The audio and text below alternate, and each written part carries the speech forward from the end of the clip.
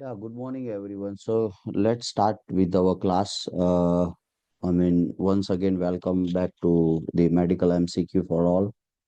And I'm Dr. Munjal Pandya, and we are conducting this mock test every Sunday, most of the Sunday without failure. And it's 12 to 1:30 Indian time. So we're gonna discuss excellent MCQs today, high yield and frequently asked questions in the exams as well. So let's connect it, and I would be glad and happy if you interact with me. So uh, forget about right or wrong question. Try to give your best input. What's right and what's wrong. So without wasting the time, first we'll jump on the our main stem and then discuss of the things. Right. So let's start with our things.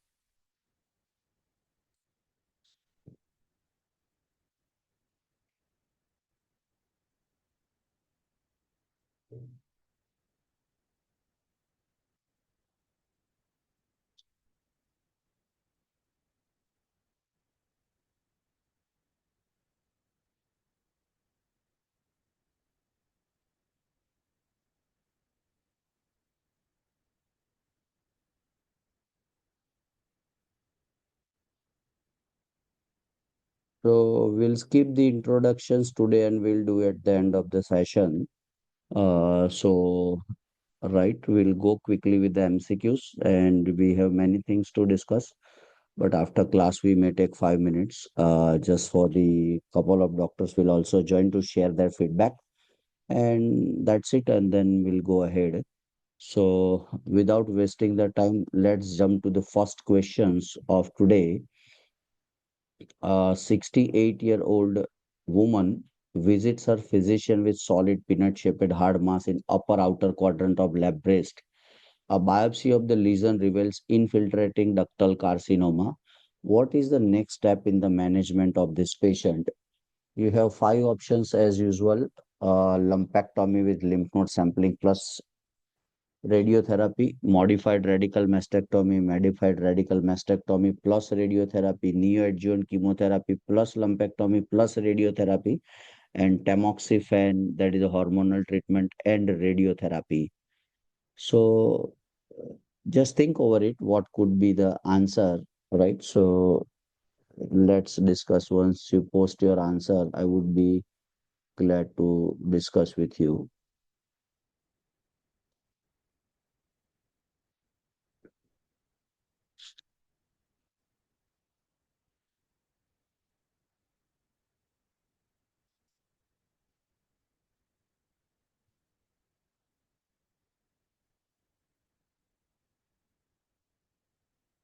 So let me draw this triad once again for you. Whenever you solve any MCQ, you need to know the three things: diagnosis, investigation, and treatment.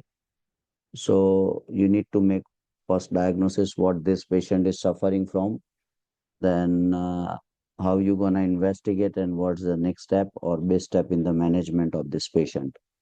Now it's open for all. Anyone can post their answer in the chat box. You have a chat box, so you can post A, B, C, D, then we'll discuss. These all are the absolutely high yield and recently asked questions in the exam, so I compiled that only.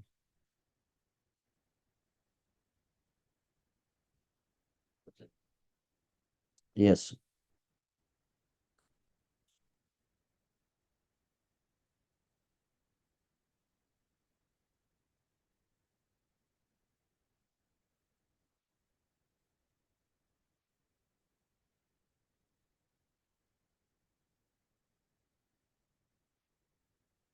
yes, you can post your answer in the chat box.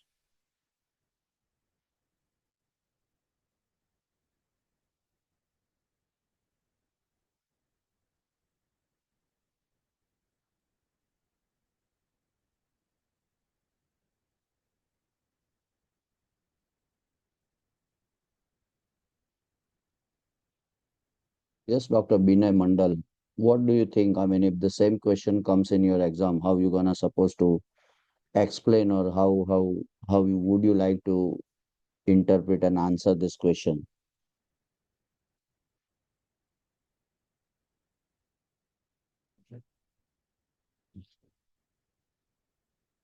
Yes, please.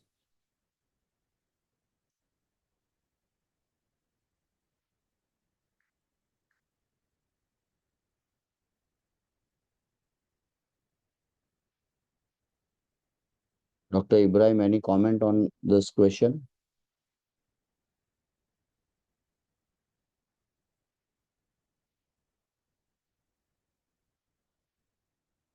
Dr. Sidra? Good morning, sir. Very good morning, doctor. Yes, what's your comment? What do you think? What it Sir, actually, this is because it is proved from biopsy. It's the infiltrating ductal carcinoma. So its diagnosis and investigation is by biopsy too. And now we have to go for management. Sir, I'm a little bit confused between answers C and D because in carcinoma we have to do the like here it is a ductal carcinoma, total radical mastectomy plus radiotherapy, um, and you she is can an choose old two woman. options. You can choose two Sir, options. I will give you the liberty to at least you are selecting something, right? So answer C. what's the two answer? No, sir, answer C, modified radical mastectomy plus radiotherapy. Okay, fine. So let me ask you, your answer is you told the C, modified radical mastectomy plus radiotherapy. So why you Yes, can't sir. go for lumpectomy with radiotherapy? Lumpectomy is not bit Uh, better than MRM because anyway you are going to give the radiotherapy, right? So you don't want to preserve the breast because it's a small size tumor, na? Peanut shaped is like small size, if I'm not wrong. because it's infiltrating and she is already old woman and her immunity is already and she's menopausal and due to hormonal burst and due to old age low immunity, that's why I have. And no, she is an old woman, not a young. So if she is young, she has to, breastfeeding for children, and that's why, and also not menopausal, no hormonal thrush, and that's why. Uh, from my side, I don't know Fair this is enough, right fair or wrong. enough, fair Okay, enough. sir. I'm glad at least you have some concept. Yes, Nice chance. yes, anyone? Hal sama mulai sam. Biasa amin. Itu dong. Yang udah sih latih kan? Kita ada juga kan sama. Apa? Yes. Anyone else? Dr. MD Shadab, what's your comment? If the same questions comes in your exam, what would you prefer to take the answer? Sir, I think, sir, it should be C, sir, modified radical mastectomy plus radiotherapy. Okay, okay. So radiotherapy is mandatory in this patient because you can, when you are going to go for modified radical mastectomy, the peanut shaped, Yes, sir. right? The lesion is a peanut shaped. That is what they have mentioned Yes, here. So peanut yes, shaped sir. means it is a small tumor, right? Peanut is small. Yes, So, yes, yes, so sir. when there is a small tumor, you can avoid the radiotherapy, right? So when you are giving the Okay, sir. modified radical mastectomy with that small tumor Yes, size sir. around 2 centimeter or less than 2 centimeter, right? Yes, Radiotherapy sir. is not indicated in a small tumor. So you want to Okay, remove sir. the complete breast and you don't want to, I mean, avoid the radiotherapy, especially for modified, because you probably don't know what Oh, are the indications of surgery, chemotherapy, and radiotherapy. So probably you yes. guys are a bit confusing, but I'll clarify you in a while, right? So can Okay, sir. anyone tell me what is the what is Thank the you, sir. head-to-head comparison of modified radical mastectomy versus breast conservative surgery? Anyone knows this lumpectomy with lymph node sampling is called as a breast conservative surgery. This is a simple way it's called breast conservative surgery. Breast conservative surgery. What do you mean by breast conservative surgery? Modified radical mastectomy, you remove everything. Modified radical mastectomy, you remove everything, right? While in breast conservative surgery, right? You preserve the breast. So this is the breast, right? This is axilla, and modified complete, this is chest wall. You understand? While in breast conservative surgery, breast is there, both the breasts are there, right? Only the lump is removed, wide excision lump is removed, and axillary dissection is done, right? So this part with a good margin, they will remove the lumpectomy plus axillary lymph node dissection. So if you see after 2 months, you looks like a both normal breast, right? You just see the small car over here, right? From where the lumpectomy is done. Are you getting me? Yes or no? Right? So so so do you know? I mean, lumpectomy versus MRM advantage disadvantage, or we should not offer the breast conservative surgery to any woman. What are the indication of breast conservative surgery? What are the indication of breast conservative surgery? Where you cannot remove whole the breast, right? You just remove the lump of the breast, and you remove and you do the axillary lymph node dissection, and you try to preserve the natural organ of the female, right? Breast, right? So is there any indications of breast conservative surgery? Tell me, anyone if knows, tell me, breast conservative surgery where you offer the patient a breast conservative surgery. The lesion is very small and very confined, no metastasis, less than 2 centimeters. Wonderful. Right. So very small. That is absolutely a good answer. So small. So tumor size of T1 or tumor size of T2, right? So I mean preferably T1. So small tumor size. This is one indication, right? When tumor is small, and in that case, right, you can go for the breast conservative surgery. Is there any other indication, or this is the only indication? Mostly when it is in earlier stages, Small like when basically is a it called has been earlier detected. stage. Yeah, you are right, doctor. Absolutely. So earlier stage or small. Small is earlier stage.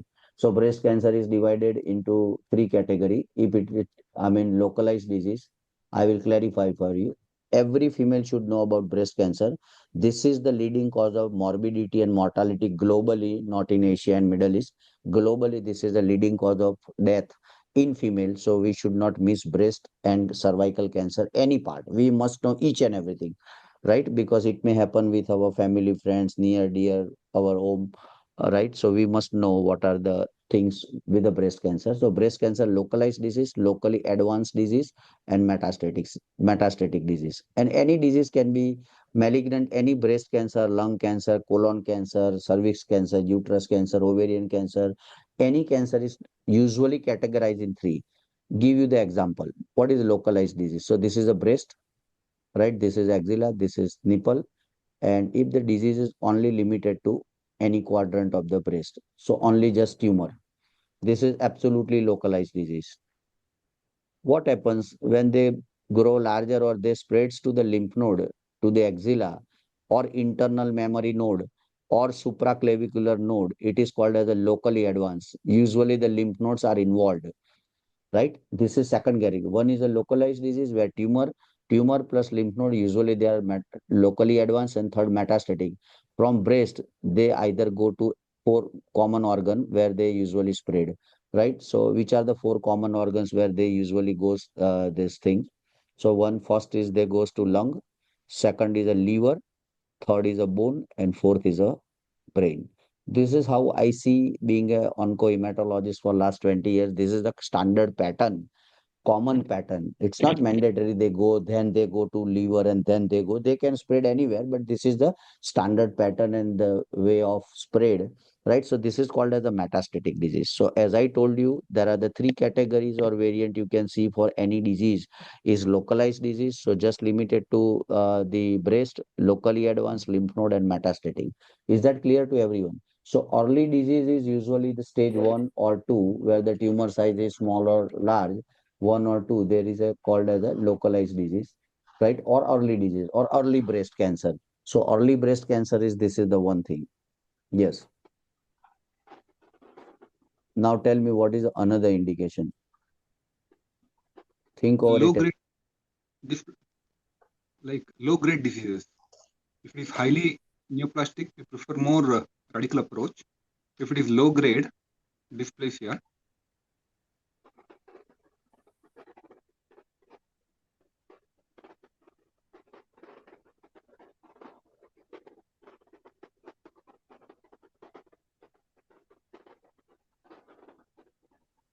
Yeah, tell me. Yes, anyone wants to comment? Fine, fair enough. We'll discuss these questions. Before that, there are 10 questions we have in front of our screen, which is very frequently asked questions in exams. Every exam, either you are going DHA, HAD, MOH, OMSB, whatever. This is the one of the most high yield topic asked in exam, in every exam. Let me tell you. First questions in front of your screen, commonest histology. So you need to tell me, there is no option. What is the commonest histology in breast cancer patient? Right? Number one question. Anybody wants to comment? Commonest histology. Commonest histology. Second is a bilateral breast cancer. Uh, right? Common histology. Young patient with breast lump. Why mammogram necessary before surgery? Ductal carcinoma in situ versus lobular carcinoma in situ.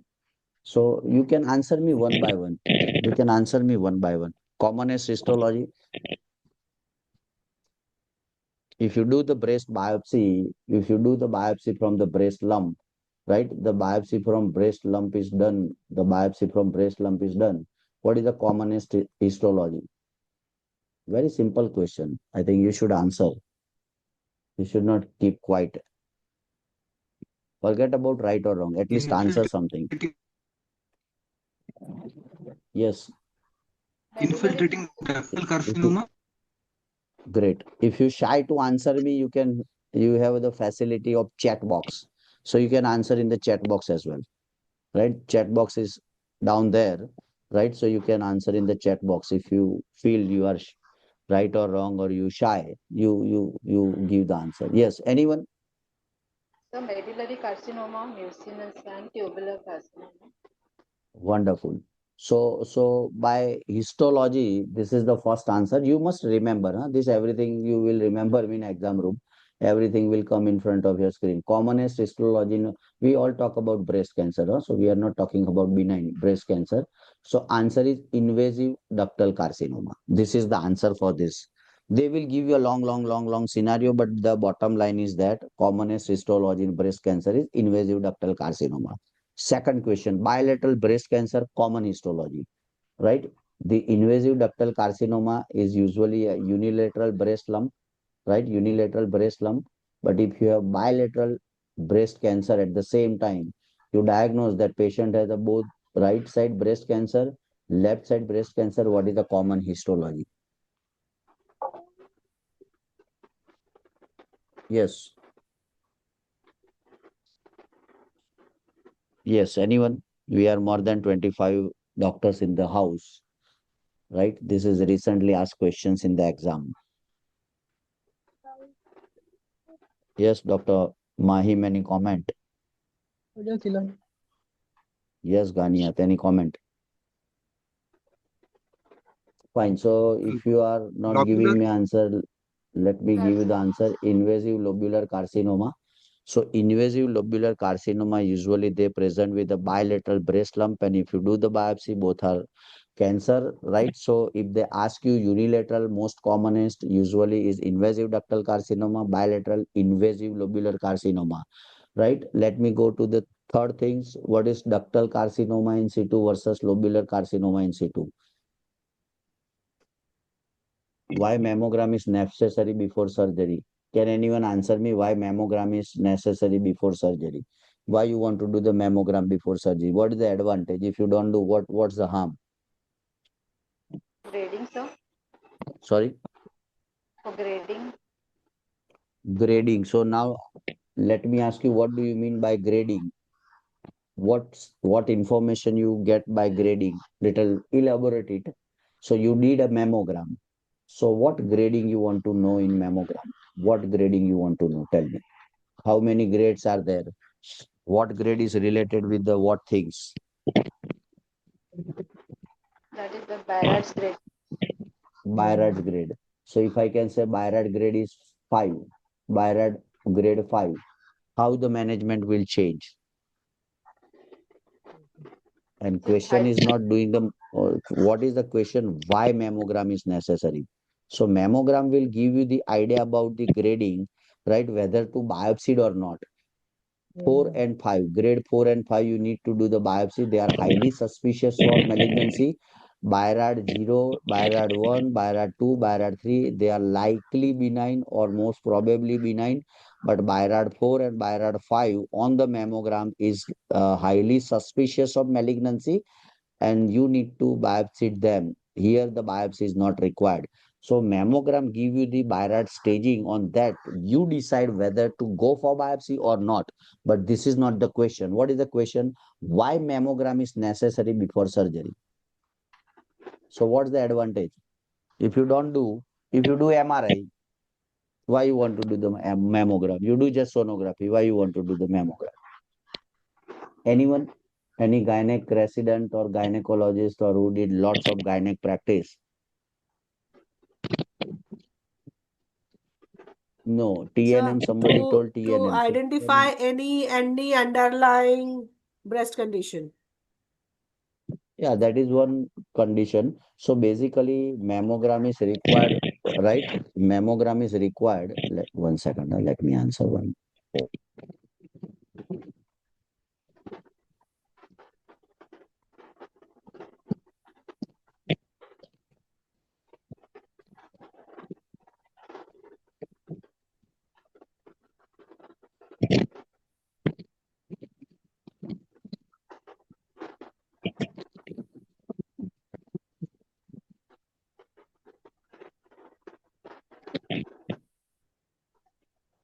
So basically, mammogram is required. What happens? Say, for example, you don't do the mammogram, right? You have a palpable lump in the one breast, right?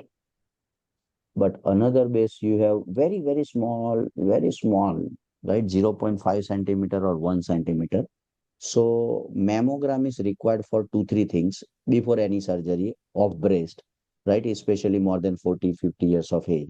One thing, when you have a palpable lump, you just go for the one thing only. When you have a palpable lump, you have the, right? You know that, okay, there is a right side of breast cancer, example, right? So here the right side of breast lump and left side no lump is palpable. So what you do? You do the surgery of right breast, right? You do MRM, you do whatever you want to do, you advise. But also there is a small, very small, right, which is not palpable clinically by the patient, by the doctors as well. So by doing the mammogram, you can know it is unilateral versus bilateral. Number one. This is the number one, right? Because whenever you are doing mammogram implies it is bilateral. Mammogram is never unilateral. In general population, if you are doing for your sister, your mother, or your family or friend, whenever you request, mammogram means bilateral mammogram, right? So, so unilateral versus bilateral. Second thing is, right? So this is one example, right? So very small, which you can miss it. That is why you need before surgery bilateral. Why? Say for example, unilateral, you do a surgery here, but you missed it. Down the line, it will become longer. So in one anesthesia, you can operate both the things. In one anesthesia, one single admission, you do everything, right? So unilateral versus bilateral. Second advantage is that, right? This is called as a unicentric. If the lump is in the upper inner quadrant, right? Also, there are four quadrant in the breast, right? Upper outer, lower outer, upper inner, lower inner. So if you have a upper inner and lower outer, right? So and also one lump is here. So there are three small lump which is not palpable, which can be picked up on the mammogram. So unilateral versus bilateral.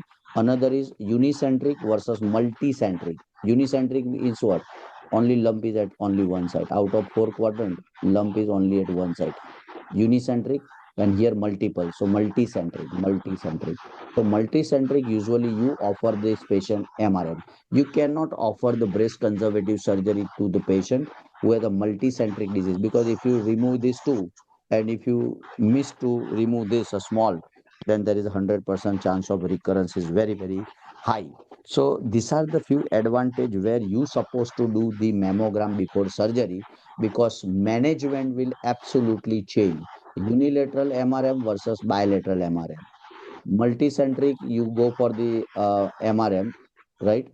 And unicentric, you probably go for the breast conservative surgery. So completely the surgical modalities will be changed. So you need to know completely whether it is unilateral or bilateral or unicentric versus multicentric. Is that clear to everyone? Yes or no? Yes. Yes or no? Yes. Yes. Yes. Right. So Yes. this is yeah. So this is the literature, and this is how we do in clinical practice, right? So can anyone tell me what is the guideline to do the mammogram? Guideline of the mammogram, right? So tell me guideline of doing the mammogram in a general population. First is general population. General population means popular, they does not have any sign, any symptoms, nothing, right? Random from the society. If you want to do general population in a female, you want to do a mammogram. What is the age? Number one. What is the frequency? Right? What is the start age? What is the end age? When you supposed to start? When you supposed to stop? What is the frequency of the test? And what is the name of the test? We are talking Huh? about breast cancer screening. Starting age Yes, is tell me. 40 and ending age is What 75. Fine. So once someone says starting age is 40, right? Any other age? Any other age? 45 years. Sorry. 45 years. Okay, so someone Ganyad is saying 45. Any other third age? Someone is 50 years of age by your knowledge.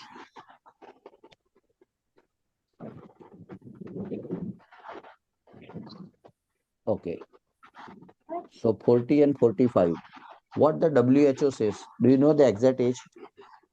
Do you know the age? At what age we supposed to start the mammogram? So at the age of 40, 30 no? years. 30 years, sir. Sorry, 30, 30. 30. Okay. So what you gonna do at 40 years of age? I mean 30 years of age? Are you going to do Diagnostic a mammogram mammogram. at the 30 years of age? Diagnostic or ultrasound. No, I want to understand who answered the 30 years of age. I want to understand. So you are starting of one female coming to you and say, start this screening at 30 years of age. So first of all, tell me which test you order at the age of 30 years. First tell me the test name. Ultrasound. Ultrasound. Ultrasound. Okay, fine, fair enough. Ultrasound. Okay. Anything else?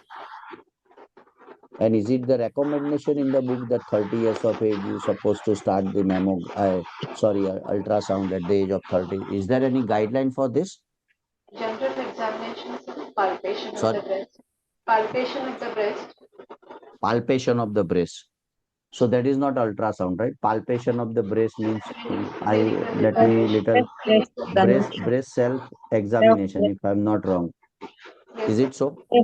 self Yes, breast examination. Yes. Self breast examination or breast Examination. self examination, both are the Yes, same thing, right? Right. yes. So USG is not there, right? In the guideline, sonography is not there.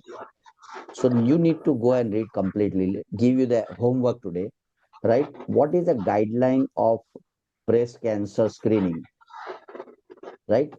Write down the homework guideline for breast cancer screening. What you do at the age of 20 years, what you do at the age of 30 years, what you do at the age of 40 years, what you do at the age of 50 years. This is first question. Second question, what you do if you have one or two people first degree relative with the breast cancer, ovarian cancer, or pancreatic cancer? What's the screening protocol? Are you getting my question? Yes or no? At least tell me yes or no. yes, sir. Yes, sir. So, so say for Yes, sir. example, one lady, female, right? Right? Her name is X, say for example. Her sister Y, she has a breast cancer. She has a breast cancer. Her mother has a breast cancer. So patient X, her mother has a breast cancer, sister has a breast cancer. So what is the screening protocol for this lady X? She is fine now. She has no breast lump. She is absolutely okay. But she is coming to your OPD and asking, my mother has a breast cancer, my sister, real sister has a breast cancer. What I supposed to do? Are you getting me? Yes or no? Screening should be Are you done, getting sir. me? Yes or no? Yes. Yes. Yes. So this is homework. You go and read it. You need to do a lot of. High risk. So we need to carefully handle her and do her examination. Go for a mammography. Fine. Sonomamography. So post to me directly if you don't mind. Post to me directly your homework. This is my number, direct mobile as well as WhatsApp, both, right? So post me directly on this number, right? So try to stretch yourself. Don't be in a comfort zone, right? See, lots of questions. I just make only 10. I can make up to 50 questions only on breast cancer. But these are little frequently asked. So I did not go much in detail. But this is absolutely one question. So we are in one question trying to solve 15-20 questions. Any prophylaxis for first degree relative of breast cancer patient? Any prophylaxis by which you can prevent the breast cancer? So say for example, another example, mother has a breast cancer, right? Now daughter is asking at the age of 45, she is 55, she has a breast cancer. Now fine, now daughter coming to you and asking this question. This question she is asking. Any chemoprophylaxis, right? My mother had a breast cancer. Can I avoid or can I delay or can I prevent the breast cancer? Is there any treatment? Mammography, sir. Uh, No, no. Mammography is a We are screening. seeing Lifestyle gene testing. modification, sir. Mammogram, let me clarify your concept. We'll discuss. We are not in a hurry. If you have any question, you ask me. We'll discuss. So mammogram is a test by which you can early detect. Mammogram you cannot prevent. You can early detect. If you are Lifestyle not agreed, tell me modification, you are sir. not agreed. Right? What is the question of the daughter? Is there any medication? Is there any drug? Is there something which you can offer me? Right? By which I can prevent the breast cancer. Lifestyle modification, sir. Sorry? Lifestyle modification. Okay, fine. One is the lifestyle modification. Yeah, that's fine. The lifestyle modification is important. Lifestyle modification. Right. Let me ask you the direct Breastfeeding. leading question. Is there any drug which can prevent the breast cancer? That is what they are asking. First degree relative breast cancer, three cancers are genetically inherited for your knowledge. Breast cancer can inherited, right? It is proven. You can see a lot of literature. Ovarian cancer.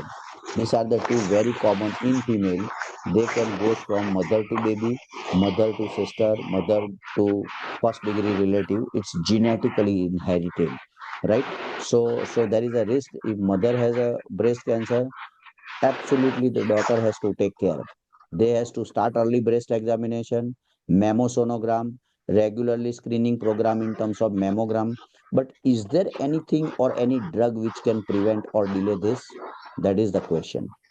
Hormonal therapy, sir. So lifestyle modification is yes, but even more important than lifestyle because something which is more proven and something more this time tested in several clinical trial. The drug is tamoxifen.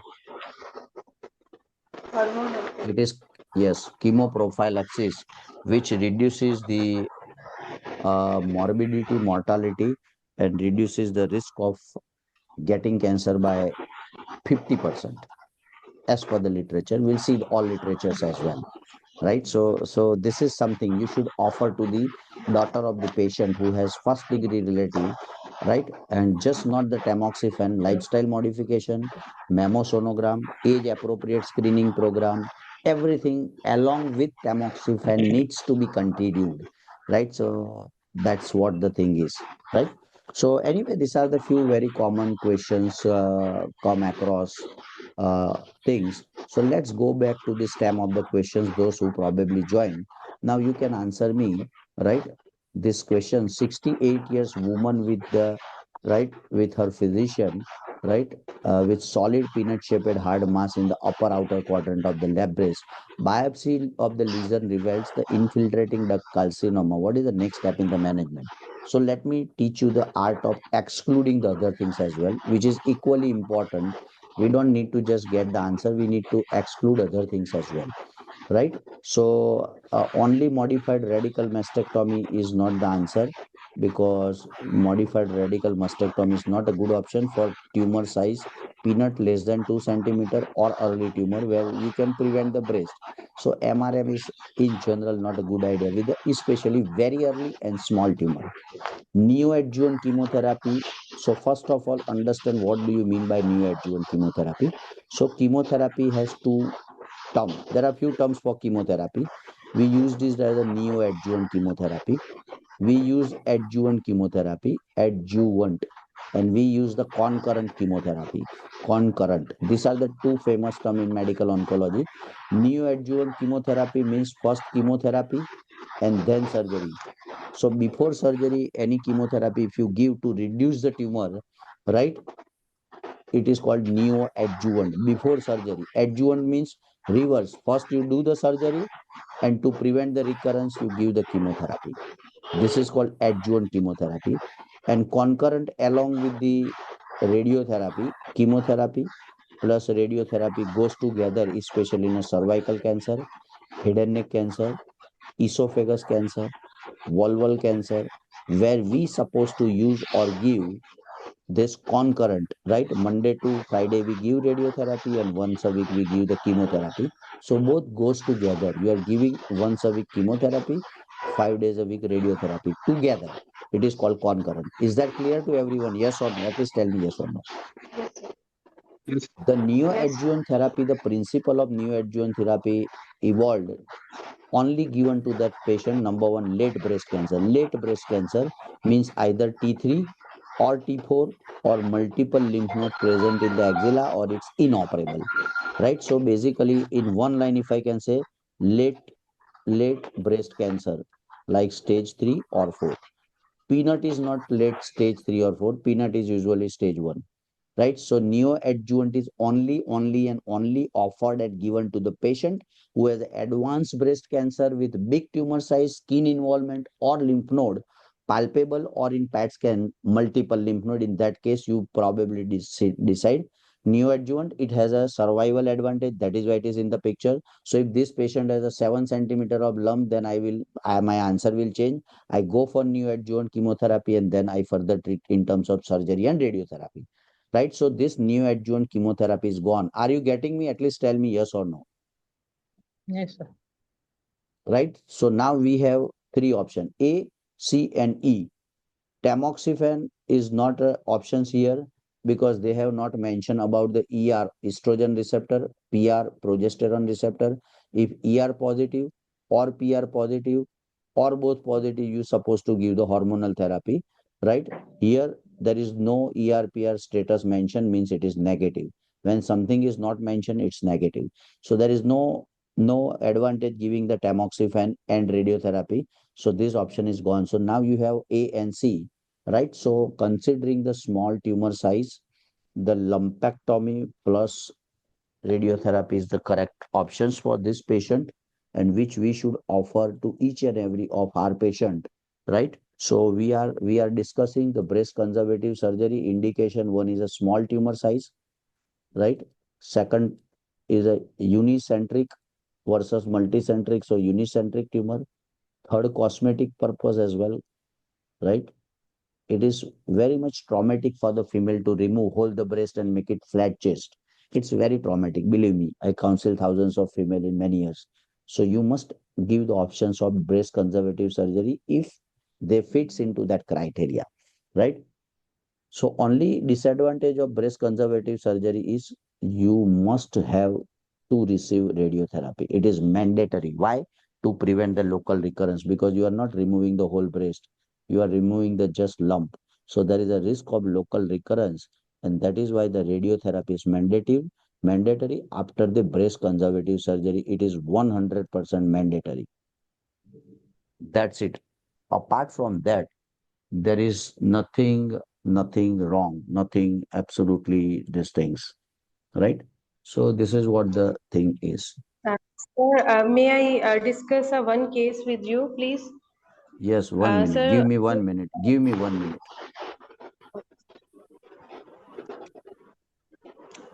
Yes, you go ahead, doctor, you go ahead. uh, Yes, sir. Our neighbors, the female about 60 years old, 58-year-old, and she has same situation, peanut size, ductal carcinoma, and she has a breast conservative surgery. And after few months, maybe after 1 year and few months, she got in a infiltration in lymph nodes.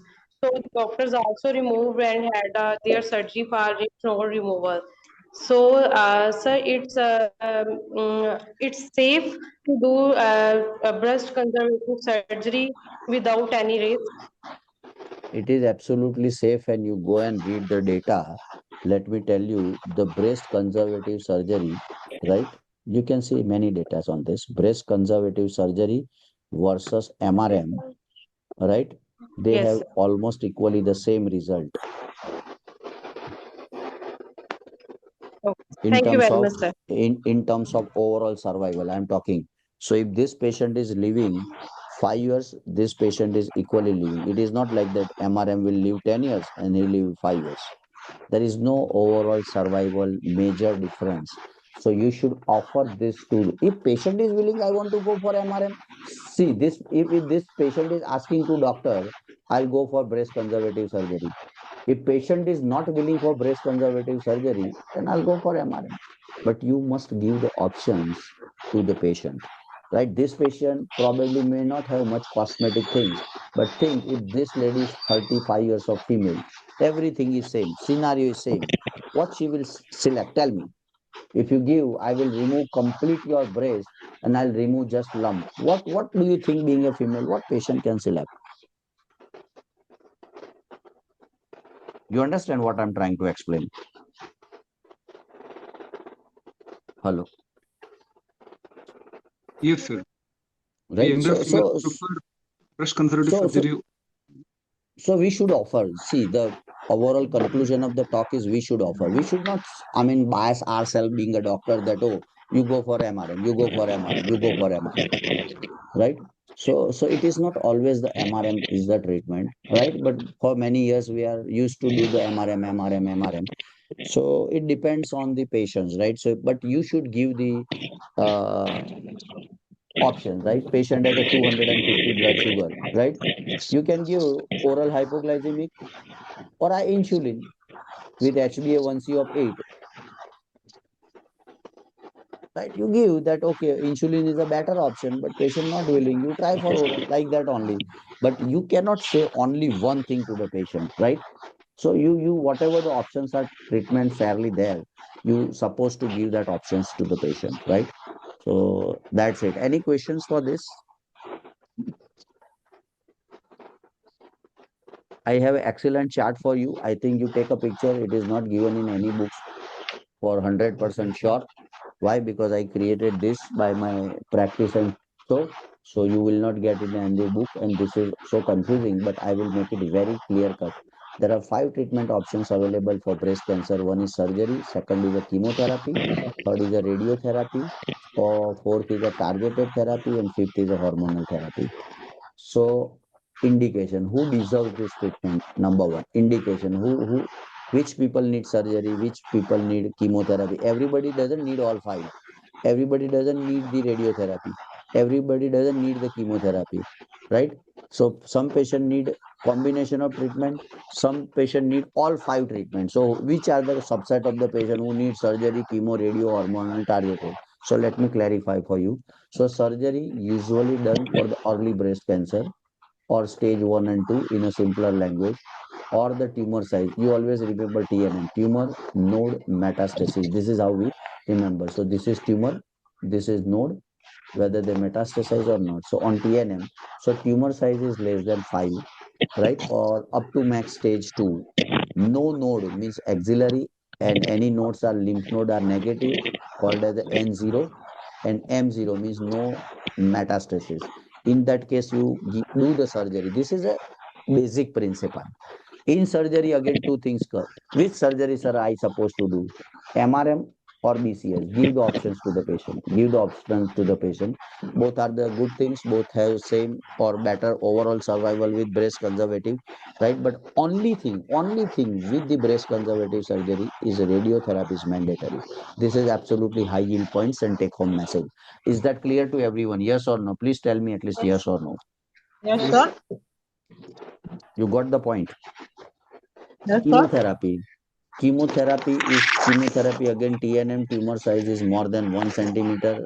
They deserve the chemotherapy, right? If the node is positive, right? So node is N1 or N2 or N3 nodes positive, right? Higher the number, bad the thing, right? So even N1 node 1, right? So they have a breast lump and one axillary lymph node positive, even they deserve the chemotherapy, right?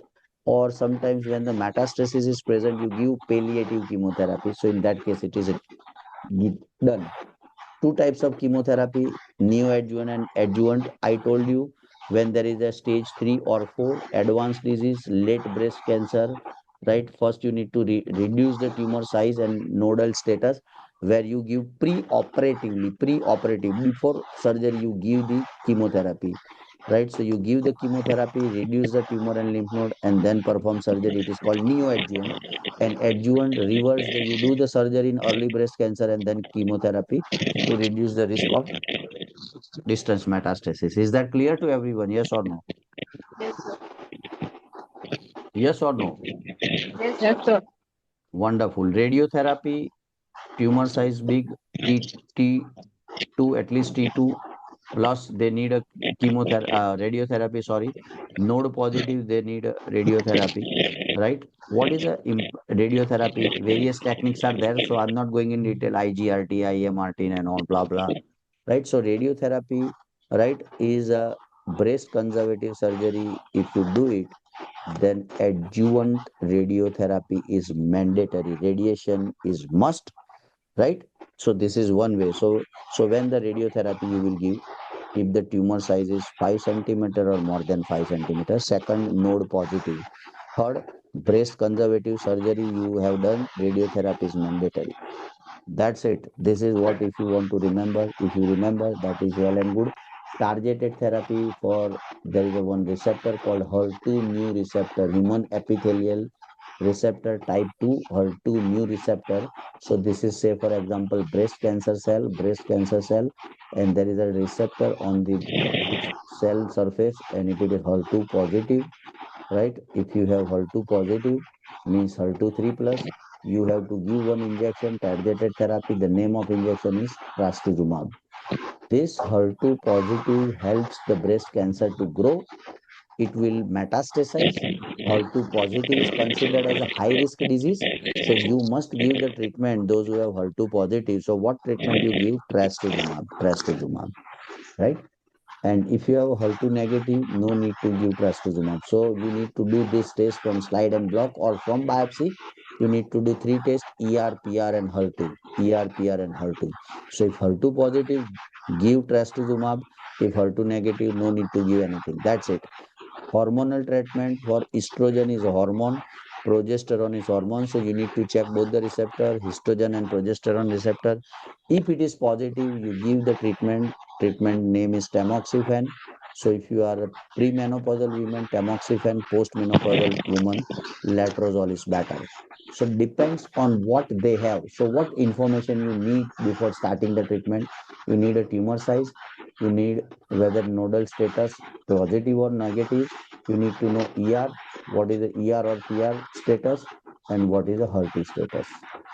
If you know this, then you can treat any patient and you decide, depends on tumor size, nodal present or absent, ER/PR positive or negative, HER2 positive or negative. If all three, both all negative, ER/PR HER2 negative, it is called as a triple TNBC in our language. Medical oncology, triple negative breast cancer. So here hormone is not required. Here trastuzumab is not required because all negative. If they are positive, by blocking the receptor, you are trying to prevent the cancer cell growth and trying to improve the quality, quantity, and overall survival of the patient. Is that clear to everyone? Any question? Yes, sir. Any question?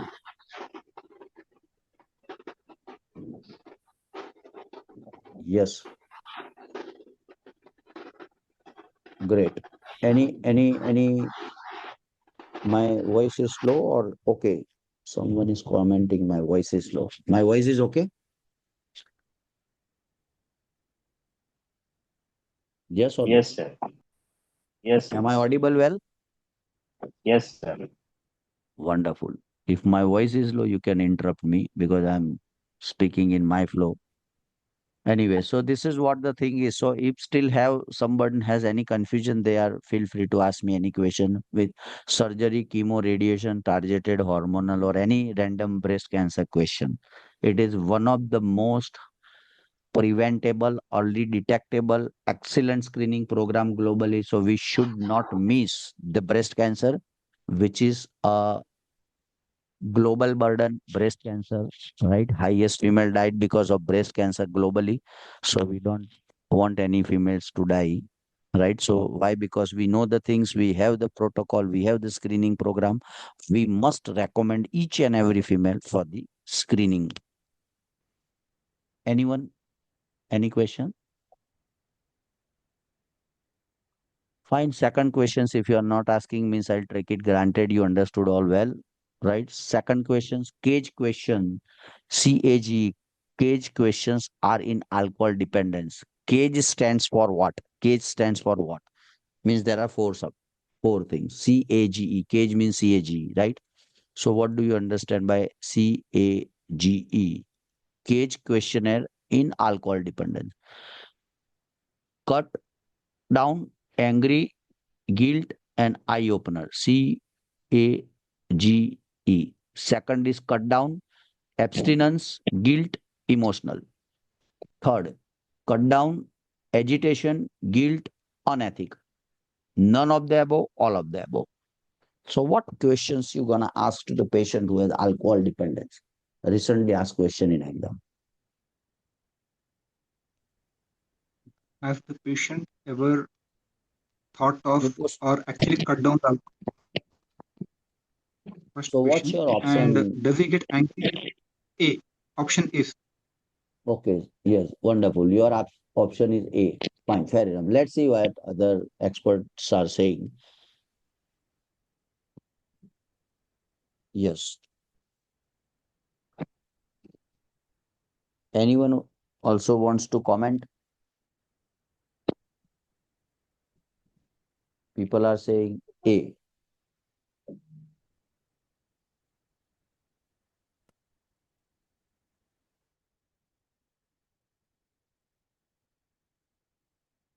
I have changed my headphone because I'm getting some message that voice is not clear. So is it clear now? At least tell yes or no. Yes, it's very good. Yes, sir, it's clear. Thank you very much. Wonderful.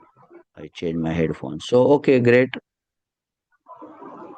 Perfect. So basically A is the answer.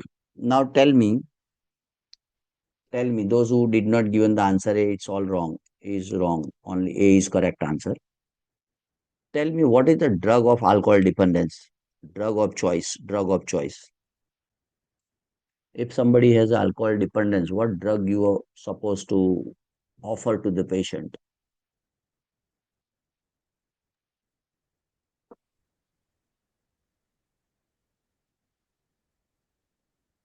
Yes. Anything you do? One comment by Dr. Nasrin is disulfiram. Let's see. No option. You must know it. Yes. Anyone?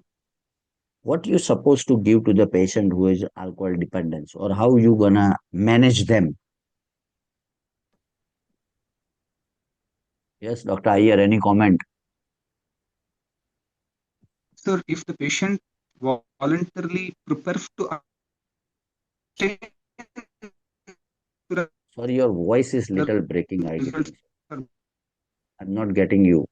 There is a break. Hello, sir. Can you hear me? Yes. Yes, I can Is hear it you, better? but when you speak, there is a muffle. I mean, there is a words are Muffled. missing in between. Yes, now you can go ahead. Yeah. If the patient voluntarily agrees to abstain and he's prepared for it, then disulfiram helps him. Otherwise, the relapse rate is very high with disulfiram. Okay. So, Dr. LB, can you explain thiamine, why thiamine you want to give, or how the thiamine will going to help in this patient?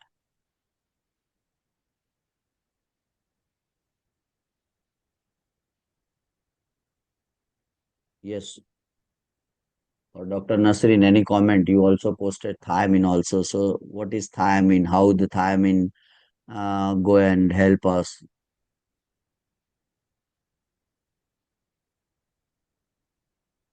Doctor, yes, one is naltrexone. Naloxone or naltrexone? What is the difference between naloxone and naltrexone? Anyone? This is all our question in exam. What do you mean by naloxone? What do you mean by naltrexone? Are they both the same compound or different compound? How you differentiate from one to another? Anyone? Naloxone is an opioid antagonist, sir. Naloxone and Is for opioid poisoning. naltrexone. No, Naloxone. So homework for everyone. Don't take it otherwise. Second homework. Alcohol. Alcohol dependence, alcohol poisoning, alcohol withdrawal, right? Related logistic, you must go and read it.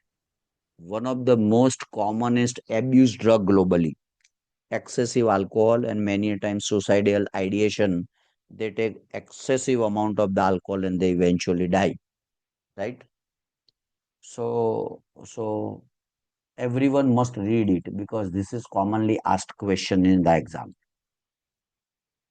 We'll see right now, but you go and read it because this is clue what you supposed to read, right? When you think that I knows everything, if you don't know, then read. If you know, well and good.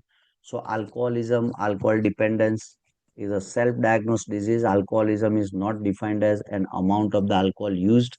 It is not defined as alcohol use leading to loss of employment. Many alcoholics still maintain their jobs. Ask the cage questionnaire. C means cut down. Do they feel the need to cut down the amount they are drinking? C. If means angry. Do they feel angry or annoyed when asked about their drinking? G. Do they feel guilty about the amount they drink? And E. Do they feel the need for morning, right?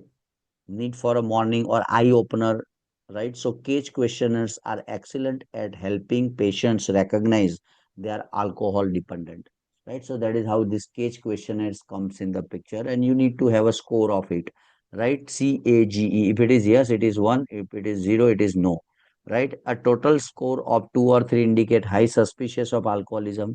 A total score of four is virtually diagnostic of alcoholism, right? So these are the things. This is head-to-head comparison between naltrexone and naloxone for your knowledge. Little pharmacology is also important, right? Being a doctor to treat the patients, you mean we must know, right? So first naloxone, naltrexone, right? So this is a short-acting number one. This is a long-acting. So short-acting drug used in response to opioid overdose. Opioid overdose. Long acting drug used a part of the comprehensive treatment plan, right? Used for the opioids only, used for the right, used for the control of craving for several substances including alcohol. A dose expels opioid from receptor to, right? So basically 30 to 90 minutes is the things, right? It is fast acting and short acting as well. A single dose works for 24 to 48 hours, right? And available as fast acting nasal. It is available as a nasal spray as well as injectable, available in pill forms as well as monthly injection. So this is the basic information about naloxone and naltrexone, right? So you must remember the basic pharmacology of many of the drugs, right? So let's jump and move to the next question. Your homework. I had given you the homework one, pop, breast cancer screening, right, for all population 20 to 50 or 60. right? You need to know, and high risk disease for breast cancer screening. Second is alcohol dependence, right? Toxicity, poisoning, blah, blah, all. Third question, an old man comes to the doctor complaining that the part of his body is rotten and he wants to remove it.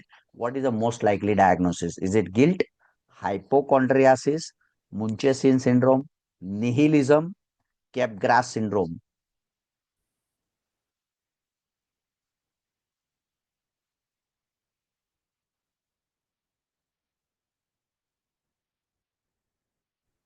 Okay.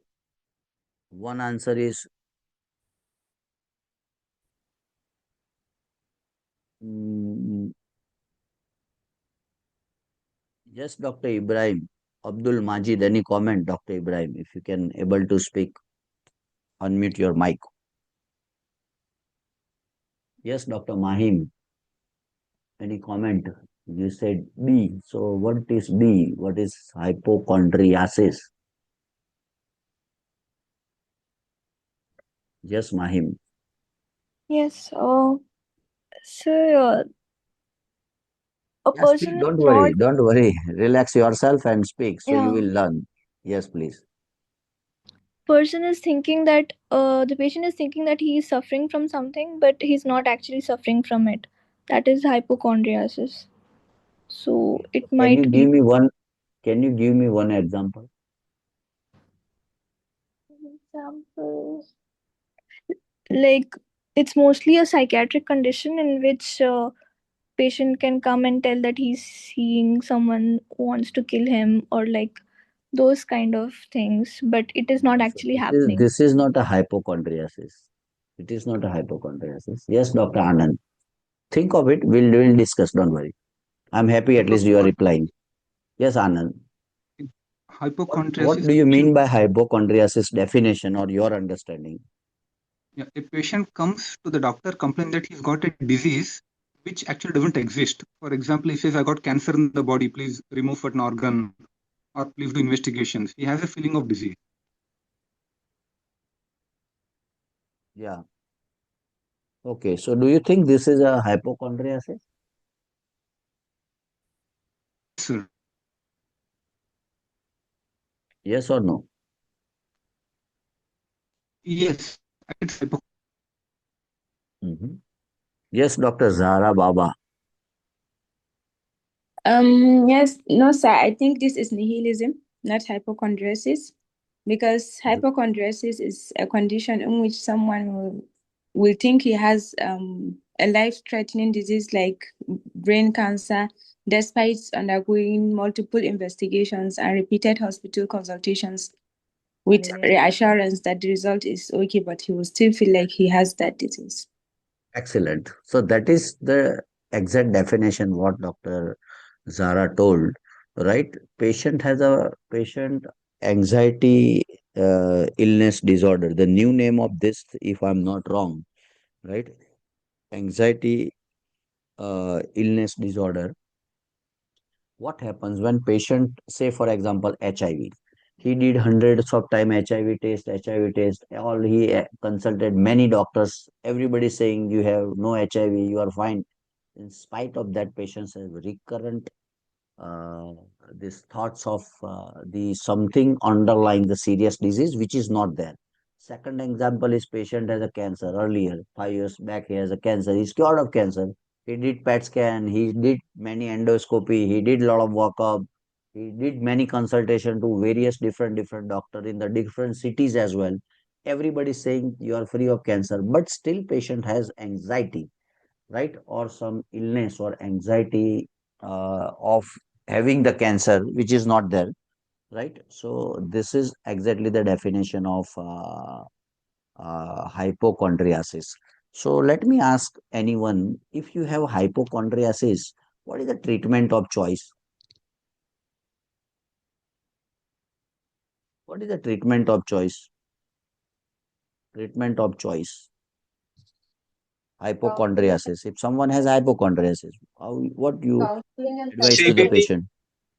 Cognitive behavior therapy. Good. So probably cognitive behavior therapy or behavior therapy, counseling will give the patient. And if I can ask you, which drug helps the most? Which helps, which drug helps the most to the hypochondriasis patient? SSRIs. Excellent. SSRI, selective serotonin reuptake inhibitor. So SSRI. So that is a drug of choice. So you must remember, you don't need to just remember the things, right? We need two things, H and everything. So nihilism, part of the body do not exist or are dead. Guilt is an emotion that occurs when the person feels that they have violated a moral standard. Hypochondriasis is worry about having a serious illness like HIV, cancers, or many other things. Munchausen syndrome is psychiatric factitious disorder where in those affected feign disease, illness, or psychological trauma to draw the attention, sympathy, or reassurance to themselves, right? Which is not in this case. And Capgras syndrome is a delusion that a friend, spouse, parent, or other close relative member or pet has been replaced by an identical looking imposter. So these are the all different condition, and I have a long list of these things. All right. So paranoid, schizoid, schizotypal, histrionic, antisocial, borderline, narcissistic, avoidant, dependent, and OCD or obsessive compulsive disorder or personality disorder. So you must know little basic things amongst all the things. They will not ask you only the way I teach you or the way I give you the MCQs. They may ask anything. So these are the few common important things. You know only two things, how you diagnose and how you treat. That's it. So this is what they ask. So I'll share this slide later on and you can catch this video on our YouTube channel as well. Right. So let's jump and move to the next question. A 55-year-old woman with the weak limbs on examination found to have burn marks on the fingertips, wasted and weak hands with the diminished reflex. She also has a weak spastic legs and dissociated sensory loss. What is the most likely diagnosis? Is it multiple sclerosis? Is it GBS or Guillain-Barré syndrome? Is it MND, that is motor neuron disease? Is it syringomyelia? Or it's none of the above? It's just a peripheral neuropathy. Khalas.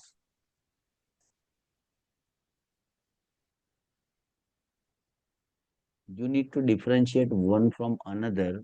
That is the main art of learning. So, not just the answer. If you are saying me B, then I'll ask why not A. If you are asking me C, then I'll ask why not A, B, and D. Yes, you can post your answer in the chat box. Let me check who has given the answer. Yeah, you answer. You have to answer. This is all question in exam. How you supposed to react? You can't keep quiet.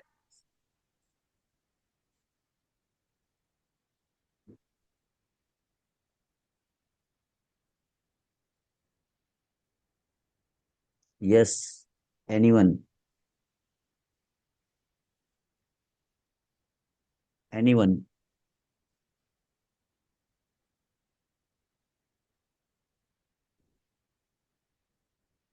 Yes, Dr. Jahabar, Jabahar. Any comment?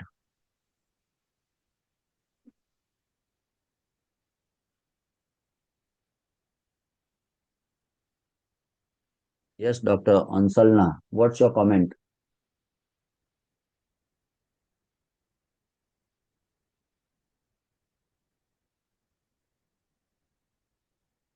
Yeah, tell me.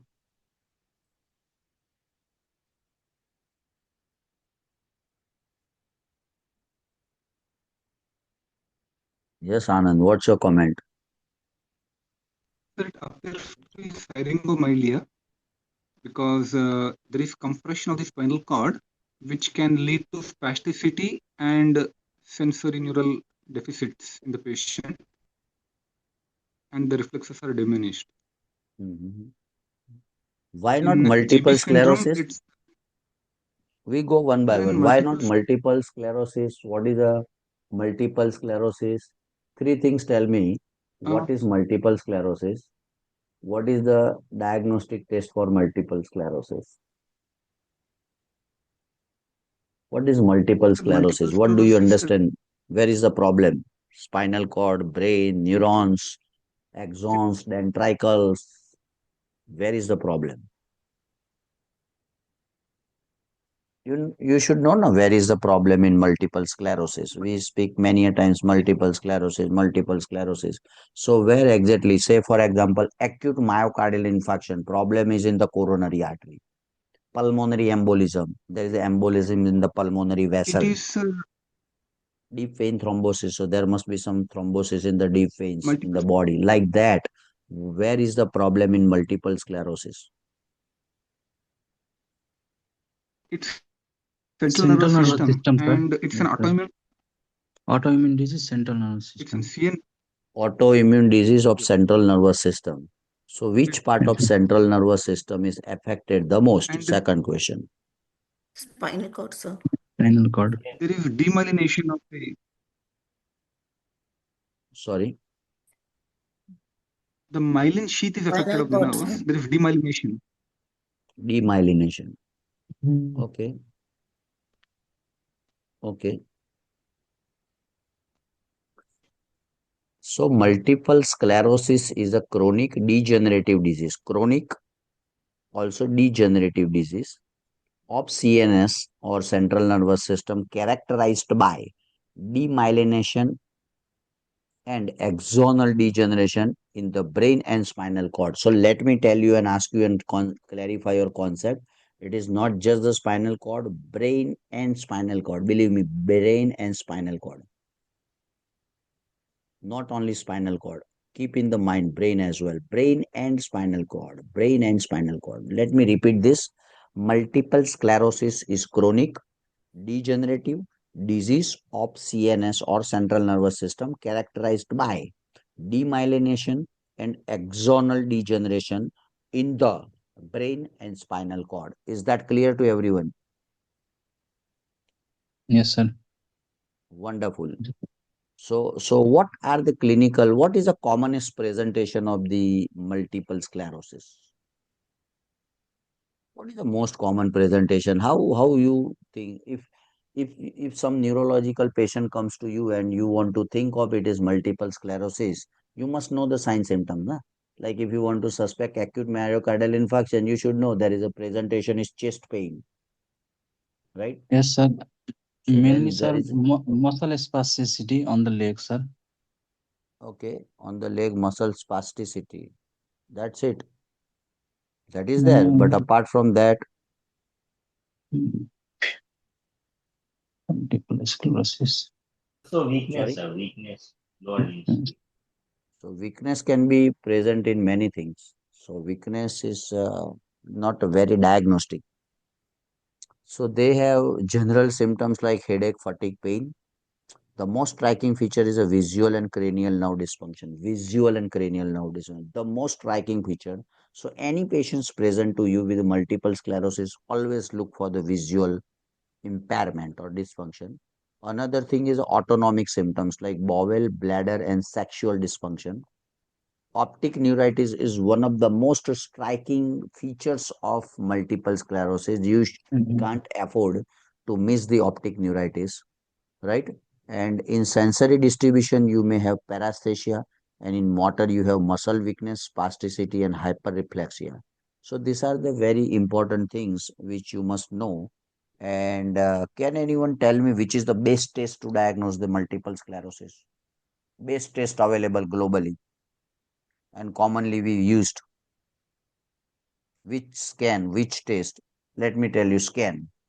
If you want to do a brain MRI. scan, which is MRI, wonderful. So MRI, multiple demyelination and sclerotic plaques in the periventricular white matter, specific periventricular white matter. You see it, right? And lumbar puncture is sometimes used, oligoclonal bands and lymphocytic changes you can see. So multiple sclerosis, most important thing, right? It is a disease of 20 to 40 years, high yield point. Lastly, disease of 20 to 40 years, number one, right? It is more common in female, 3 by 1. It is epidemiology, right? And it is an autoimmune disease of central nervous system. right? So sign symptoms I already told you. MRI is the diagnostic of brain plane plus contrast, right? And last but not the least, if somebody get the multiple sclerosis, how you gonna treat? Tell me one, two, three treatment of multiple sclerosis. Disease modifying therapies. Disease modifying therapy. Name the drug of disease modifying therapy. Interferon beta. Before Natalizumab. that, yeah, so interferon therapy is so let me divide the multiple sclerosis in two part. One is a acute exacerbation, and one is a Steroid. long term management. Now you answer. If you have someone with acute this exacerbation of multiple sclerosis, bad optic neuritis, marked weakness, very acute. Steroids. Steroid. Excellent. So Steroids and steroid is a drug of choice. Yeah, steroid is a drug of choice. High dose glucocorticoid. And another thing is a plasmapheresis. For your knowledge, plasmapheresis, right? Where you're gonna remove all the abnormal antibodies, which is responsible for autoimmune and pathogenesis. And long term, now come here. Here, steroid and plasmapheresis. If you remember this, I would be glad and happy. Long term management, what you gonna give? So somebody told me interferon therapy. Yes, so interferon therapy is also used in such and monoclonal antibodies. Some monoclonal antibodies has a role in long-term management or reduce the recurrence or acute exile like we used in a sickle cell disease, right? For prevention, we use the hydroxyurea to prevent the sickle crisis. The same way here, for the prevention, we may use the interferon or monoclonal antibodies we can use, and obviously the supportive care. So that's it. So this is about the multiple sclerosis. Here, why I discuss, because your job is not just to get the answer, you should know what are the options. And here, by my sense, there are 12 questions. Here, diagnosis, investigation, treatment. Three question. Here, three question. Diagnosis, investigation, treatment. Here again, three question. Diagnosis, investigation, treatment. And here also diagnosis, investigation, treatment. So here we are trying to solve 12 questions. Just one MCQ, 12 question. So you need to do it. You don't need to just remember the mug up the name, right? If you go by this way, probably you go stronger, though initially you probably go slower, but stronger and concrete. And if you do this practice for 3 months, believe me, you are unstoppable. Just 3 months. I had given and cracked many exams: Australian medical, Kenyan medical board and dental, European board, then Australian Medical Council, OMSB. So I'm just trying to share my experience with you. So you don't need to mug up. You need to understand. Once you understand how you differentiate from one to another, you are a champion. Why not Guillain-Barré syndrome? Why not GBS? Why not Guillain-Barré? Why not? Again, three question comes. First, how you diagnose Guillain-Barré, how you investigate Guillain-Barré, and how you treat Guillain-Barré. Three questions, as I told you. Yes, go ahead. Why it is not a GBS? Mostly distal. What point favors, what point against the GBS in this scenario? Sir, this is not there, so this is not a GBS. There is something there, na, in the scenario, which is against GBS. So what are the point against GBS?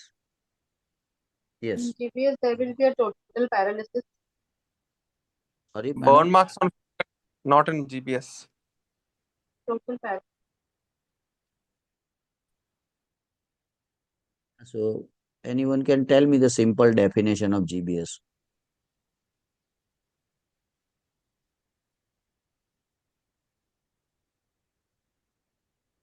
Anyone wants to define little GBS or something in your mind that I'll describe, sir, GBS. So I can describe. So you try. It leads to muscle weakness, numbness, and severe paralysis.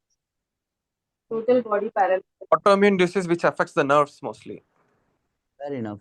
Fair enough. Autoimmune disease which involves ascending paralysis from lower to the upper parts of the body. Okay, great, wonderful. Usually it has a history of preceding viral illness that gave rise to this condition. 2 to 3 weeks Perfect. before the onset of weakness, the Basically patient. asymmetrical, like it won't happen symmetrically. Fair enough. So, do you think this is a GBS? Is your explanation matching this scenario? No. So, what is No. GBS? It's a acute. It's an acute immune mediated polyneuropathy. All words are, each and every word is a golden word. Acute immune mediated polyneuropathy that typically manifests with the bilateral ascending flaccid paralysis and sensory involvement. That's it. Once again, acute immune mediated polyneuropathy that typically manifests with bilateral ascending flaccid paralysis and sensory involvement. Is that clear? And the symptoms are often preceded by the respiratory or gastrointestinal infection, right? So this is what the simple definition of GBS. Are you getting me? Yes or no? Yes. How you diagnose? Now you know that, okay, fine, this is GBS. So if you want to confirm the diagnosis, what are the, I mean, what are the ways to confirm or diagnosis of GBS? What you do exactly in GBS diagnosis? Obviously, history, examination, classical presentation, that's okay. But are you going to do any blood test, scan test, antibody test, or some markers, or ANA, or blah blah, tumor Lumbar markers, puncture. or what you exactly do? Lumbar puncture.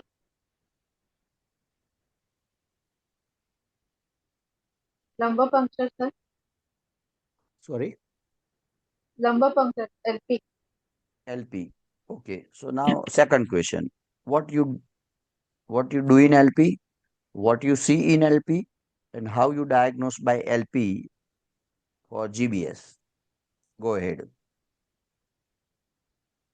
Protein elevated in cerebrospinal fluid. CSF. Protein is elevated. Yes, that's correct. Perfect. WBC is normal, sir. Okay, fine. So basically, there are a lot of things to do in GBS, but main typical clinical presentation is cornerstone still, even nowadays. Typical clinical features. What are the typical clinical features? Rapidly progressive bilateral limb paresis. Rapidly progressive bilateral limb paresis or sensory involvement with hyporeflexia or areflexia. This is the most important typical clinical presentation. Another is a CSF and study CSF examination by lumbar puncture. You can do nerve conduction studies as well in this patient, electromyogram or EMG and MRI. But most of the things you do to exclude the other things, right? Not there is no one test which can, so this test positive, it's a GBS, not like that. So you need to compile the clinical features, scan, CSF, and then a classical presentation will conclude the things.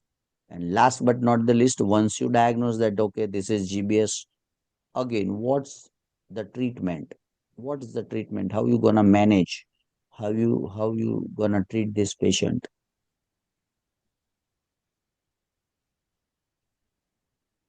I would like to ask one question. How glucocorticoids are useful in this patient?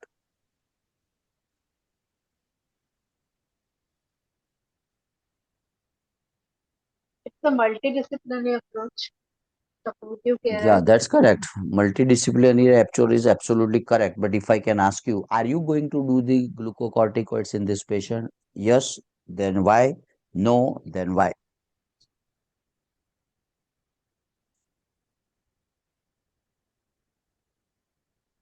Are you getting my question? Yes or no? Yes.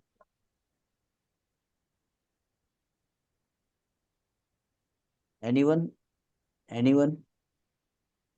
How you manage if you have a GBS patients in your emergency room, you diagnose, right? Classical, acute, bilateral, polyneuropathy, ascending one, preceded by some viral infections, blah blah. You did it. Now, how you supposed to treat? What treatment you give? Yes, IV immunoglobulin, sir. excellent. IV Plasma immunoglobulin or plasmapheresis, right? So this is one of the treatment. Now, again, same question: is glucocorticoid is helpful or not?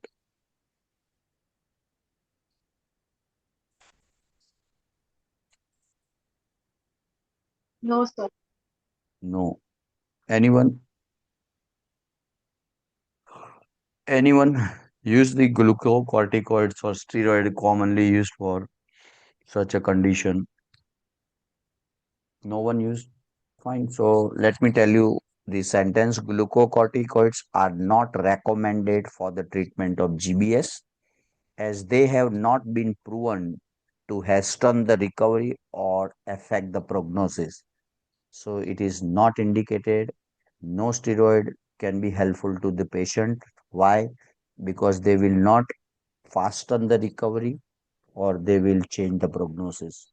So most important thing is supportive care plus plasmapheresis plus IV immunoglobulin. Is that clear to everyone? Yes, sir. Wonderful. So motor neuron disease and last but not the least syringomyelia. So let's see syringomyelia, very important and fancy terminology. So syringomyelia is a generic term referring to a disorder in which cyst or the cavity forms within the spinal cord. So syringomyelia, syringo means syringe or cyst, form myelia means spinal cord. So cyst form in the spinal cord, right? Cyst or cavity. The cyst is called syrinx, can expand and elongate over time, destroy the spinal cord, and the damage may result in a loss of feeling, paralysis, weakness, stiffness in the back, shoulder, and extremities. So depends on the size, depends on the size and the site.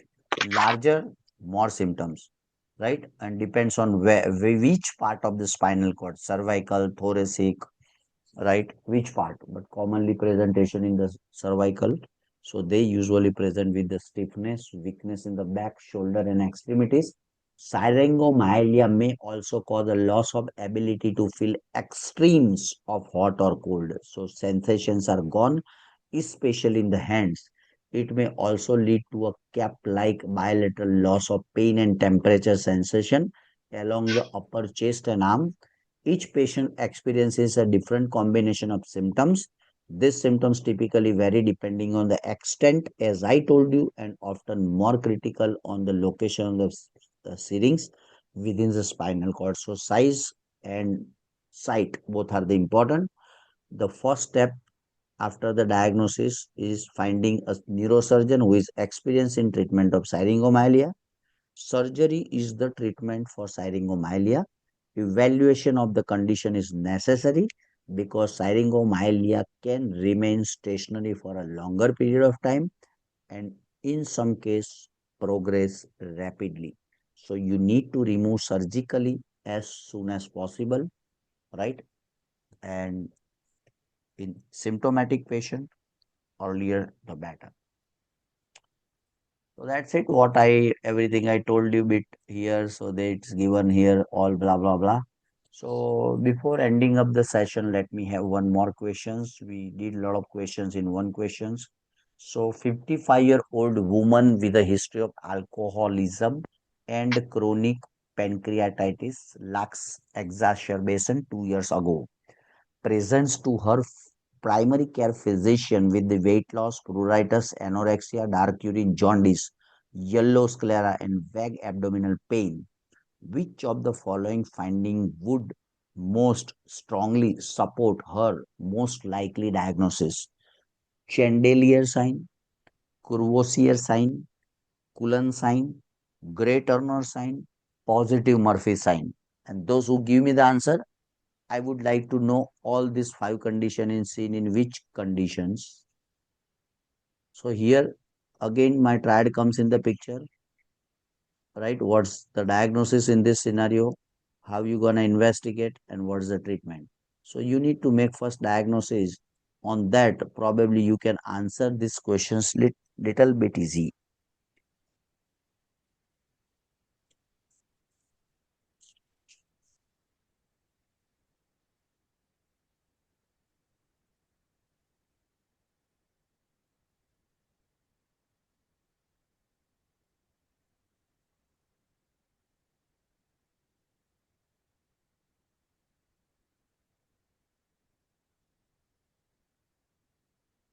Yes. Anyone? Positive Murphy sign, sir. Sorry, which sign? Positive Murphy sign.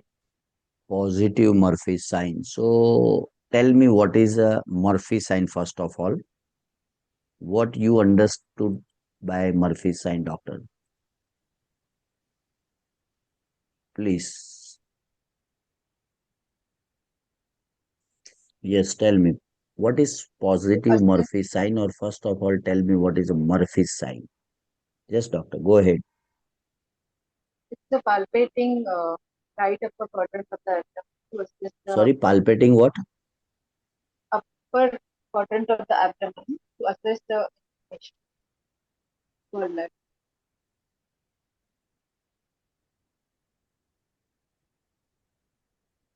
So what is the diagnosis here? Can you make first diagnosis here? What could be the diagnosis? Pancreatitis. Pancreatitis. Fine, fair enough, because it's probably given in the first line. History of alcoholism and chronic pancreatitis, right? So now, why this patient have a weight loss? Why he has a pruritus? Why he has a anorexia? Why he has a dark urine? Why he has a jaundice and yellow sclera? And why he has a abdominal pain? Do you think it is because of chronic pancreatitis all this happens, or chronic pancreatitis converted into something else?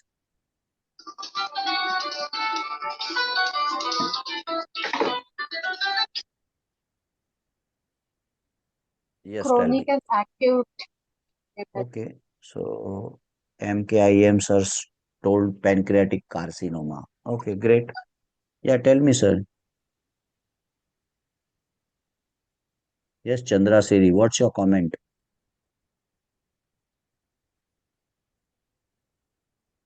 Says If you can. obstructive jaundice features. So, do you think this chronic pancreatitis now converted to pancreatic cancer? Yes, and the history of weight loss and Yeah, you are right. You go ahead. Don't worry. I'm just trying to understand from you. That is why I'm asking you some questions. Yeah. So you think that this could be a pancreatic cancer, right? yeah. Okay. So now, what signs would be present in pancreatic cancer? Is it Murphy's sign? No, sir. Cardiovascular sign, sir.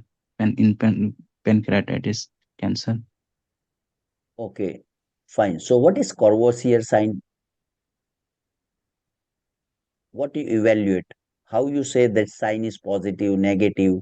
So what is basically Courvoisier sign? It is the obstruction of bile duct, sir. Okay. What happened? Mm, It's a surgical question. Yeah.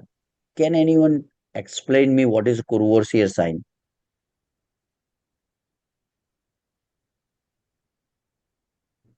The obstruction That by is okay. it is the obstruction of bile duct, sir, but not Mm, palpable and not tender in gallbladder. I think Corbier sign. This one, sir. mhm, mhm. It present. Covariance, Yeah, okay. Zara. Covariance sign is in the There presence is of a jaundice, blockage. there will be painless and palpable gallbladder in a patient with jaundice. Sorry, can you repeat it once again? Sorry for everyone. Okay, Covariance sign is the presence of painless, palpable gallbladder in a Okay. patient with jaundice. Okay. So what she is trying to convey, palpable gallbladder in a presence of jaundice, right, is a Kurworia sign. Am I right? Fine. What is a Chandelier sign? What is Cullen sign? What is Gray Turner sign? What is positive Murphy sign? So these all signs are very, very important. They may ask you in a different way. So let's go to the things. Answer is B. Courvoisier sign is a palpable, non-tender gallbladder as a result of common bile duct obstruction or compression by the pancreatic adenocarcinoma of the head of the pancreas. So, and this patient has rightly told converted into carcinoma, right? So, chronic pancreatitis is a risk factor for this pancreatic carcinoma, right? So, because of pancreatic carcinoma or head of the pancreas, there is a obstructions of the bile duct, right? And there is a palpable gallbladder which is non-tender. So whenever you put the hand on the abdomen, there is a palpable non-tender. Usually gallbladder is not palpable. For your kind knowledge, gallbladder is Yeah. not palpable, liver is not palpable, spleen is not palpable. When it is palpable, some pathology. So palpable gallbladder which is non-tender, right? Right? So this is Courvoisier sign. So one line word is palpable gallbladder. That's it. Palpable gallbladder is Courvoisier sign. Second question, why the gallbladder is palpable? Gallbladder is palpable because the obstructions of the bile duct. So bile is not going to the flow or the system, so it gets collected, and that is why the gallbladder is distended. But fortunately, it is non-tender, right? And which is seen commonly in the pancreatic carcinoma, because in pancreatic head carcinoma there is a bile duct, hepatic duct and pancreatic duct, right? There is a obstruction, and because of obstruction the bile cannot flow from the gallbladder to the cystic duct, right? And then eventually to the second part of duodenum, so it gets collected into the gallbladder. So palpable gallbladder is Courvoisier sign. Let's see what is a Chandelier sign for your knowledge. So Chandelier sign refers to the pain on manipulation of cervix and uterus during a pelvic examination in a patient with pelvic inflammatory disease. So if you have a female, if you are trying to examine the cervix and on the manipulation of the cervix, you feel a pain, right? And that is called as a Chandelier sign. So you need to remember. And what other three signs? Cullen signs refer to a ecchymosis in the periumbilical. Umbilical means Cullen, right? So Cullen umbilical. This is how I remember in acute pancreatitis, right? So this is abdomen, this is umbilicus. If it is periumbilical, it is Cullen, and if it is in the flank, it is Gray Turner, and which suggests a retroperitoneal hemorrhage, right? So both can be seen in pancreatitis. Cullen is a ecchymosis in the periumbilical region. Periumbilical region is Cullen. So remember C means near umbilicus, C.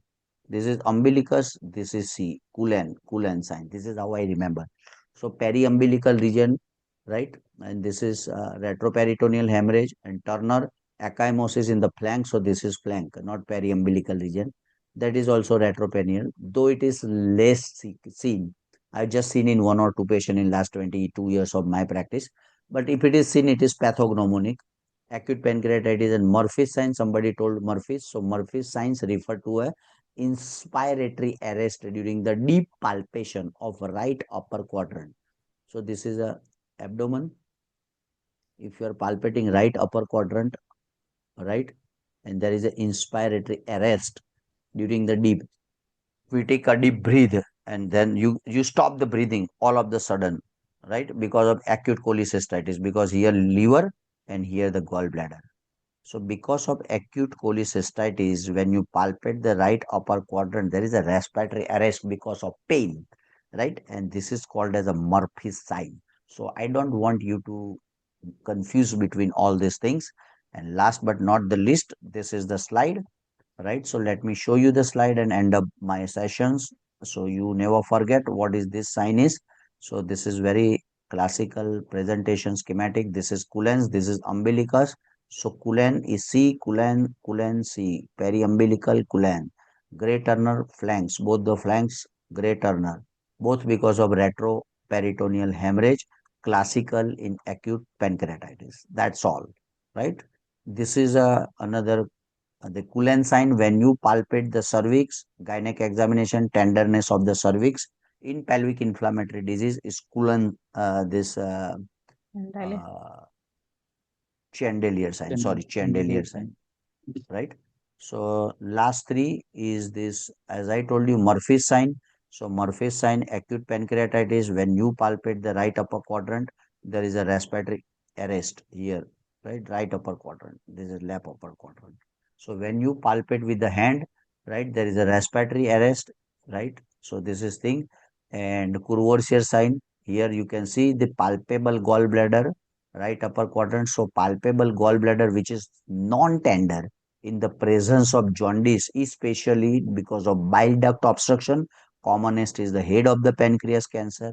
So whenever head of the pancreas patient comes to me, right, I always look for this sign, right, whether Courvoisier sign is there or not, gallbladder is palpable or not, and that's all. So this is all five signs you need to remember. They can ask you any signs in your exam, but I tried my level best to give you the complete information of all signs. Any questions to this? Any questions to this? No, sir. Fine. So that's all for today. I spoke 1 hour and 30 minutes, probably with the full energy. So thank you very much all for listening me coolly and calmly. Hopefully Thank you, sir. this lecture will definitely give you the quite good insight how to prepare for these things, and don't miss out the next Sunday mock as well. Before I end up my session, I would like to have very quick feedback on the students who joined the first time, number one, and also couple of doctors joined to share their feedback, those who recently cracked the exam. So probably their tips and tricks will help us to make our job very easy. Please.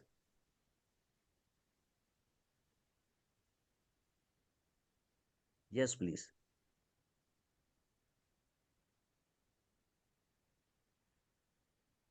Yes, I would be glad to have your feedback.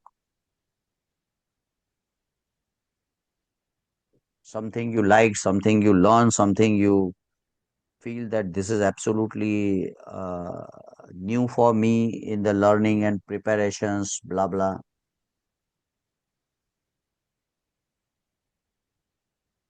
Yes, anyone.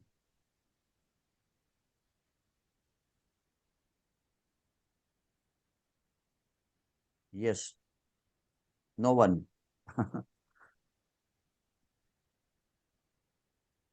Yes, doctor. Yes, Zara. You can share your experience. Probably, are you there in the club? Yes, sir. Thank you for the wonderful presentation and the preparation of the slides. Actually, I had my exams and I had my results last 2 weeks, I think, or 10 days. And the exams, my experience was the preparation, the MCQs are very good, but one needs to repeat, not just to read once, and you need to maybe read twice, and you need to differentiate, you need to understand the concept, not just to cram the answer and leave the question. Actually, like the way you teach now, you give us why this, why not this, so what if it is this, what if this is asked. So I think someone need to prepare like that for him to be able to answer the questions during the exams. And the timing also is very important because it is very short. You don't have time to read and reread. So you need to know the keywords. You need to know, you need to read fast, and you need to answer the questions fast. If you're unable to answer the question, then you need to move on to the next one. So, and the exam materials actually are very helpful, especially ONG and pediatrics, which are actually they are at least 60% of my questions in the exams. And most of the questions, I saw some repetitions from your MCQs. Thank you very So much for your that is my excellent feedback. Yes, Dr. Oluwakemi. Any Okay, sir. comment? Yes, I want to comment about the my OMSB exam that I took in year 2023. Yeah, Yes. 2023, I took the exam. So, and by His grace, I got my results even before I left the examination hall. By His grace, I was able to pass at first attempt. And Great. by His grace, I finished the exam even before the allocated time period. So I followed your technique. What's the diagnosis? What's investigation? And what's management? Once you follow those three steps, you can never miss any question unless you're not sure of the diagnosis and the other things I mentioned. So may God continue to bless you, sir, and increase your knowledge and wisdom as helping all of us in Thank you very much. our exams. May God continue to bless you, sir. Thank you so much. Thank you very much, dear, for your kind feedback. So I wish and hope for everyone's success in the first attempt. Anyone, Dr. Amen. Anand, you I think Amen. joined the first time. So how was your experience?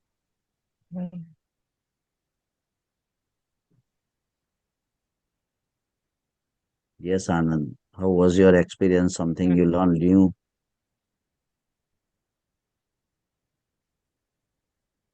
Yes. Anyone last?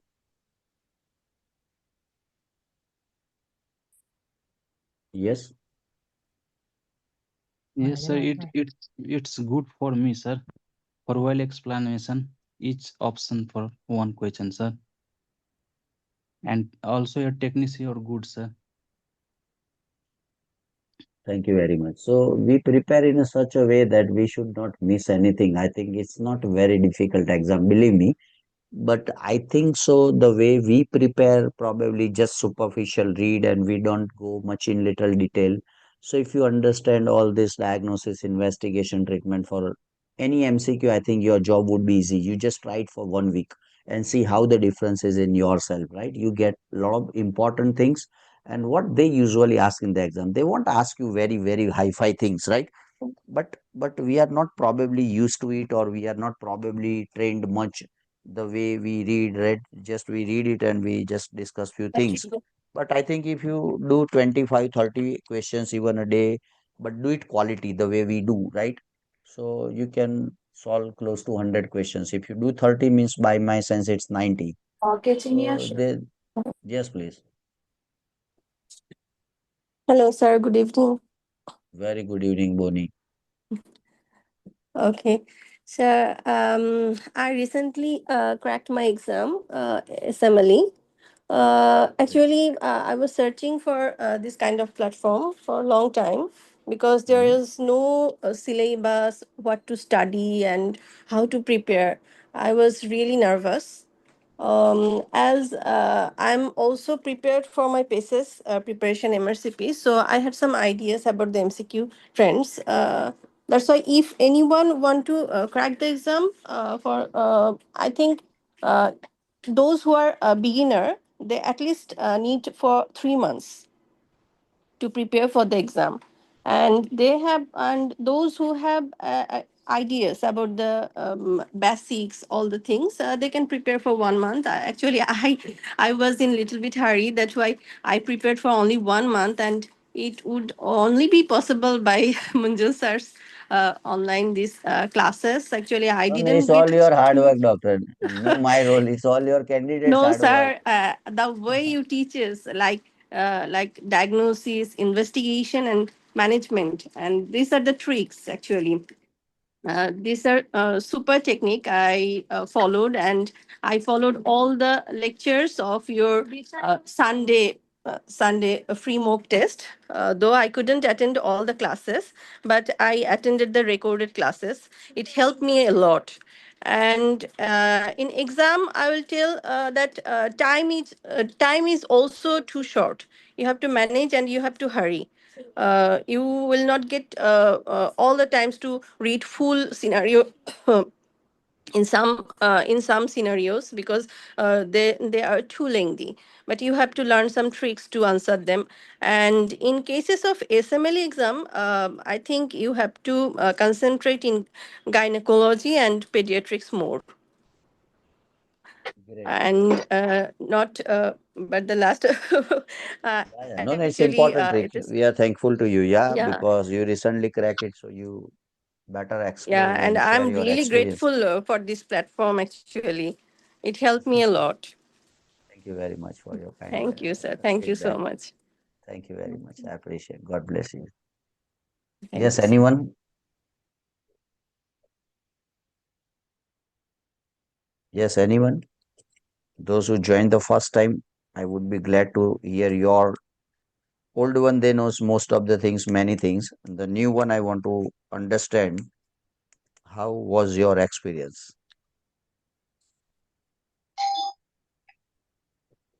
Fine, no worries. So you can post it in the chat box later on or to me. Thank you very much once again. We'll keep in touch. Last but not the least, let me share the quick things which I missed it. So this is the one thing which I would like to emphasize. This is our channel, Medical MCQ for All, where we have a Android and Apple. Both the applications are available on the iPhone and Android. So you can download and you can completely solve the whole website from your mobile phone as well. So probably you don't need to stick in front of the computer or laptop, and that's it. And every time month end we have lots of promotional offers as well. Those who are really interested, struggling for some money, feel free to think this company is not meant for the money. Believe me, that is why un untiredly I'm taking this mock test for many months.